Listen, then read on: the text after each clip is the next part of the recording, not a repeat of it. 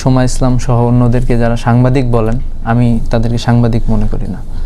আমি মনে করি যে সাংবাদিকতার ন্যূনতম প্রফেশনালিজম যাদের ছিল না, তারাই হলো এইসব ব্যক্তিরা। এবং যারা আওয়ামী লীগের সকল ধরনের অপকর্মের পক্ষে জনমত গঠন করার ক্ষেত্রে তারা ভূমিকা রেখেছে। বাংলাদেশে 28,000 কোটি টাকা বাংলাদেশ থেকে পাচার হয়ে গিয়েছে, 28 লক্ষ কোটি টাকা বাংলাদেশ থেকে পাচার হয়েছে। এই সব এইসবের পক্ষে তারা জনমত গঠন করার জন্য চেষ্টা করেছে।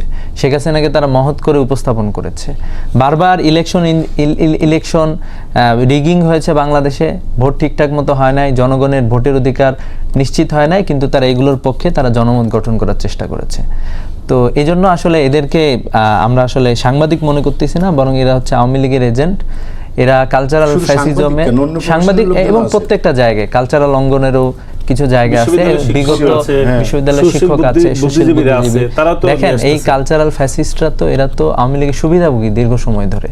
আওয়ামী লীগ যে শত কোটি লক্ষ লক্ষ কোটি টাকা পাচার করেছে, তারা হলো এটার বেনিফিশিয়ারি। তারা এখান থেকে বিভিন্ন ধরনের তারা সুযোগ সুবিধা নিয়েছে। এবং আজকে তারা এই যে আওয়ামী লীগের যে, আমি মনে করি যে বর্তমান সরকারের একটা অন্যতম গুরুত্বপূর্ণ দায়িত্ব হলো এই সকল পাচার হওয়া টাকা বাংলাদেশ থেকে ফেরত নিয়ে আসতে হবে। এই পাচার হওয়া টাকা হলো তাদের ফুয়েল যোগাচ্ছে বিভিন্নভাবে, ঠিক আছে। আমি মনে করতেছি যে এই জায়গাটাতে সরকারকে ভূমিকা পালন করতে হবে এবং নানাভাবে তারা ফ্যাব্রিকেটেড ওয়েতে আওয়ামী লীগকে আসলে পুনর্বাসনের তারা চেষ্টা করবে। কারণ বিগত সময়গুলোতে আমরা দেখেছি যে মিডিয়া কি রোল প্লে করেছে, ঠিক আছে।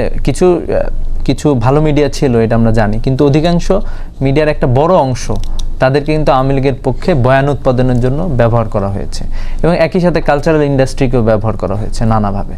তো এই জন্য আমি মনে করছি যে এইটা আমাদের এই জায়গাগুলোতে আমাদেরকে হাত দিতে